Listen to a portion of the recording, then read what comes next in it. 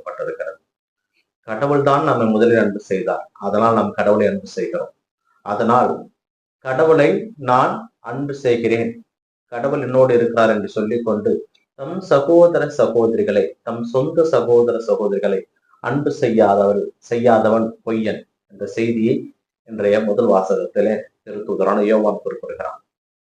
கடவுளிடம் பெற்றுக்கொண்ட அன்பை மற்றவருக்கு கொடுக்காமல் நான் கடவுளை அன்பு செய்கிறவன், கடவுள் என்னோடு இருக்கிறார் என்று சொல்வது மிகப்பெரிய பொய்யாக இருக்கும். பல வேளைகளிலே பேசுவது சிறப்பாக இருக்கும், செயல்பாடு அப்படி இருக்காது. பல வேளைகளிலே மற்றவரை அன்பு செய்வது போல ஏமாற்றுவது.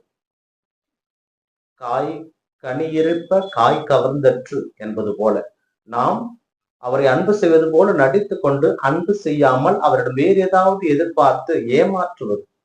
அப்படிப்பட்ட ஒரு நிகழ்வை தான் இன்றைய முதல் வாசகத்தில் சொல்லுகிறார். கடவுளை அன்பு செய்கிறேன் என்று சொல்லிவிட்டு நம் சகோதர சகோதரிகளை அன்பு செய்யாதவர்கள் பொய்யர்கள் என்று. நாம் கடவுளுக்கு உரியவராக இருந்தால், கடவுளுக்கு ஏற்புடைய வாழ்வு வாழ்ந்தால் எல்லாரையும் அன்பு செய்வோம். ஆனால் அந்த அன்பு தகுதியுள்ளவர்களிடம் சென்றடைய வேண்டும். அதான் நற்செய்தி வாசகத்திலே பார்ப்போம். நாம் முத்தை எடுத்து பன்றிகளுக்கு முன் போடாதீர்கள், ஏனென்றால் அவருக்கு அதோடைய வேல்யூ, அதோடைய மதிப்பு தெரியாது. அதுபோல இந்த அன்பு எல்லாரிடமும் பகிரப்பட வேண்டியது. ஆனால் இந்த அன்பை நாம் பல நிலையிலே பல போல பயன்படுத்திக் கொள்கின்றோம். ஆனால் அன்பு என்பது கடவுள் என்பதை புரிந்து கொள்ள வேண்டும்.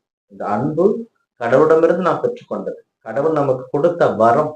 இந்த வரத்தை நாம் எவ்வாறு பயன்படுத்த போகிறோம்? அன்புதான் உலகத்தினுடைய மொத்த உருவம். அது அன்னை. அந்த அன்னை தான் கடவுள், கடவுள் தான் அன்னை. அவர் தாய்மையுள்ளம் படைத்தவர். அதனால்தான் தன்னிடம் வருவர்கள் யாரும் அழிவிடக்கூடாது என்று நினைத்தவர். அப்படிப்பட்ட அந்த கடவுள் நம்மோடு இருக்கின்ற பொழுது அன்பு செய்கின்ற மக்களாக நாம் வாழ வேண்டும் என்றுதான் இன்றைய முதல் வாசகம் நமக்கு அழைப்பு இருக்கிறது. இன்றைய நற்செய்தி வாசகம் லூக்கா நற்செய்தியிலிருந்து நமக்கு கொடுக்கப்பட்டிருக்கிறது. ஆண்டவர் இயேசு கிறிஸ்து திருமுழுக்கு பெறுகின்ற பொழுது தந்தை கடவுளிடமிருந்து ஆசி பெறுகிறார். இவரே என் அன்பார்ந்த மகன், இவரை நினைத்து நான் பூரிப்படைகிறேன் என்று.